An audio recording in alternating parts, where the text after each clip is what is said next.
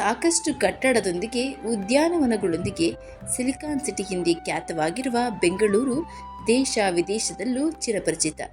ಮುಗಿಲು ಮುಟ್ಟುವಷ್ಟು ಎತ್ತರಕ್ಕೆ ಕಟ್ಟಡಗಳನ್ನು ಹೊಂದಿರುವ ಈ ನಗರ ಸಾವಿರಾರು ಪುರಾತನ ದೇವಾಲಯಗಳಿಗೆ ನೆಲೆಬೀಡು.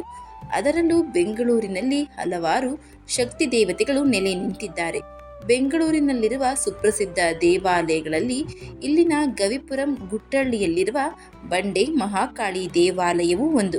ಈಕೆಯನ್ನ ಬಂಡೆ ಮಹಾಕಾಳಮ್ಮ, ಬಂಡಿ ಮಹಾಕಾಳಮ್ಮ, ಬಂಡೆ ಮಹಾಕಾಳಿ ಹೀಗೆ ನಾನಾ ಹೆಸರುಗಳಿಂದ ಕರೆಯಲಾಗುತ್ತೆ.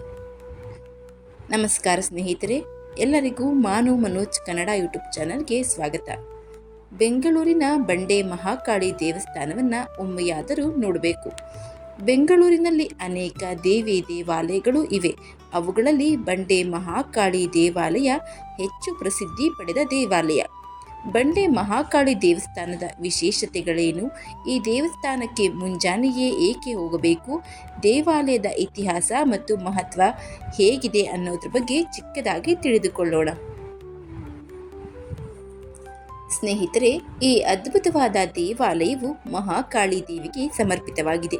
ಈಕೆಯನ್ನು ಇಲ್ಲಿ ಆರಾಧಿಸಲಾಗುತ್ತೆ.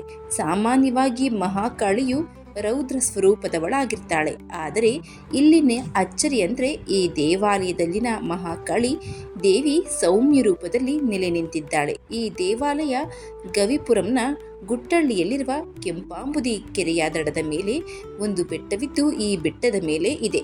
ದೇವಿಯ ದರ್ಶನವನ್ನ ಮಾಡಲು ನೀವು ಬೆಟ್ಟವನ್ನೇರಿ ಹೋಗಬೇಕಾಗುತ್ತೆ.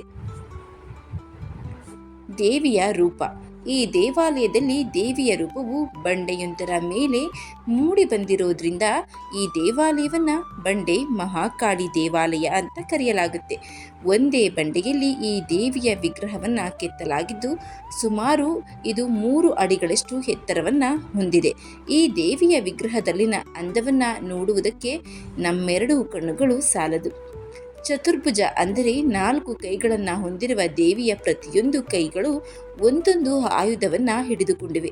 ಒಂದು ಕೈಯಲ್ಲಿ ಅಭಯ, ಪರಶು, ಡಮರು ಮತ್ತು ವರದ ಮುದ್ರೆಗಳಿದ್ದು ದೇವಿ ಮುಗುಳುನಗೆಯನ್ನ ಬೀರುತ್ತಾ ಭಕ್ತರನ್ನ ನೋಡುತ್ತಾ ಕುಳಿತಿದ್ದಾಳೆ. ದೇವಸ್ಥಾನದ ಇತಿಹಾಸ. ಕೆಂಪೇಗೌಡರು ಬೆಂಗಳೂರು ನಗರವನ್ನು ನಿರ್ಮಾಣ ಮಾಡುವುದಕ್ಕೂ ಮೊದಲೇ ಈ ದೇವಾಲಯ ಅಸ್ತಿತ್ವದಲ್ಲಿದೆ. ಆರಂಭದಲ್ಲಿ ಈ ದೇವಾಲಯದಲ್ಲಿ ಬಂಡೆಯ ಮೇಲೆ ದೇವಿ ನೆಲೆಸಿರುವುದರ ಕುರಿತು ಯಾರಿಗೂ ತಿಳಿದಿರಲಿಲ್ಲ.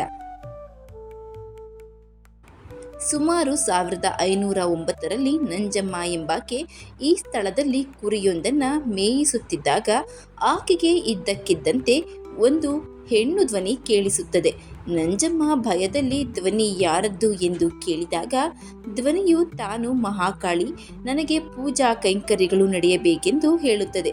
ಮೊದಲಿಗೆ ಇದು ಪಡ್ಡೆ ಹುಡುಗರ ಧ್ವನಿಯೆಂದು ಅಲ್ಲಗಳೆದ ಆಕೆ 1 ವಾರದ ಬಳಿಕ ಮತ್ತೆ ಪುನಃ ಇದೇ ಧ್ವನಿಯನ್ನ ಕೇಳಿಸಿಕೊಳ್ತಾಳೆ. ನಂತರ ಗ್ರಾಮಸ್ಥರ ಗಮನಕ್ಕೆ ಈ ವಿಚಾರವನ್ನ ತರ್ತಾಳೆ. ಗ್ರಾಮಸ್ಥರು ಬಂದು ಈ ಪ್ರದೇಶವನ್ನ ಶೋಧಿಸಿದಾಗ ಇಲ್ಲಿ 3 ಅಡಿ ಎತ್ತರದ ಬಂಡೆಯೊಂದು ಕಾಣಿಸುತ್ತೆ. ಆ ಬಂಡೆಯ ಮೇಲೆ ಮಹಾಕಾಳಿ ಅಮ್ಮನವರ ರೂಪವನ್ನ ಕಂಡು ಆ ಬಂಡೆಗೆ ಬಂಡೆ ಮಹಾಕಾಳಿ ದೇವಿ ಅಂತಾನೆ ಕರೆಯಲಾಗುತ್ತೆ. ಅಂದಿನಿಂದ ಇಲ್ಲಿ ಪೂಜಾ ಕೈಂಕರ್ಯಗಳು ಪ್ರಾರಂಭವಾಗುತ್ತೆ.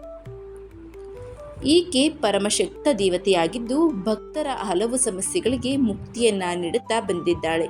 ಮುಖ್ಯವಾಗಿ ಮಾಟ, ಮಂತ್ರ, ವಶೀಕರಣ, ದೃಷ್ಟಿ ಸಮಸ್ಯೆಗಳಿಗೆ ಈ ದೇವಾಲಯದಲ್ಲಿ ಪರಿಹಾರವನ್ನು ನೀಡಲಾಗುತ್ತೆ. ಈ ದೇವಾಲಯದಲ್ಲಿ ಹುಣ್ಣಿಮೆ, ಅಮಾವಾಸ್ಯೆ ಪೂಜೆಗೆ ವಿಶೇಷವಾದ ಮಹತ್ವವಿದೆ. ಉದ್ಯೋಗ, ವ್ಯಾಪಾರ, ವ್ಯವಹಾರ, ವಿವಾಹದಲ್ಲಿನ ಸಮಸ್ಯೆಗಳು ಸೇರಿದಂತೆ ಇನ್ನಿತರ ಸಮಸ್ಯೆಗಳಿಂದ ಬಳಲುತ್ತಿರುವವರು ಈ ದೇವಾಲಯಕ್ಕೆ ಭೇಟಿ ನೀಡಿ ಪರಿಹಾರವನ್ನು ಪಡೀತಾರೆ. ಅಮಾವಾಸ್ಯೆಯನ್ನು ಹೊರತುಪಡಿಸಿ ಶುಕ್ರವಾರ, ಮಂಗಳವಾರ ವಿಶೇಷ ಪೂಜಾ ಸೇವೆಗಳು ನಡೆಯುತ್ತೆ. ಇಲ್ಲಿನ ವಿಶೇಷತೆ ಅಂದರೆ ದೇವಾಲಯದಲ್ಲಿ ಮುಂಜಾನೆ ನಡೆಸುವ ಅಭಿಷೇಕದ ವೇಳೆ ಭಕ್ತರು ಗರ್ಭಗುಡಿಯೊಳಗಿನ ದೇವಿಯ ಪಾದಸ್ಪರ್ಶವನ್ನು ಮಾಡಬಹುದಾಗಿದೆ. ಭಕ್ತರು ಈ ದೇವಿಯ ಸನ್ನಿಧಾನಕ್ಕೆ ಭೇಟಿ ನೀಡುವುದರಿಂದ ಅವರ ಎಲ್ಲ ರೀತಿಯ ಇಷ್ಟಾರ್ಥಗಳು ಶೀಘ್ರದಲ್ಲೇ ಈಡೇರುತ್ತವೆ. ಎಲ್ಲ ಕೆಲಸದಲ್ಲೂ ಯಶಸ್ಸನ್ನು ಪಡೆದುಕೊಳ್ತಾರೆ. ತಾಯಿ ಬಂಡೆ ಮಹಾಕಾಳಿ ದೇವಿ ಎಲ್ಲರಿಗೂ ಆರೋಗ್ಯ, ಆಯಸ್ಸನ್ನು ನೀಡಿ ಕಾಪಾಡಲಿ ಅಂತ ಕೇಳ್ಕೊತೀನಿ. ಈ ವಿಡಿಯೋ ನಿಮಗೆ ಇಷ್ಟ ಆಗಿದ್ದರೆ ದಯವಿಟ್ಟು ಶೇರ್ ಮಾಡಿ, ಲೈಕ್ ಮಾಡಿ. ವಿಡಿಯೋ ಬಗ್ಗೆ ನಿಮ್ಮ ಅನಿಸಿಕೆ, ಅಭಿಪ್ರಾಯವನ್ನು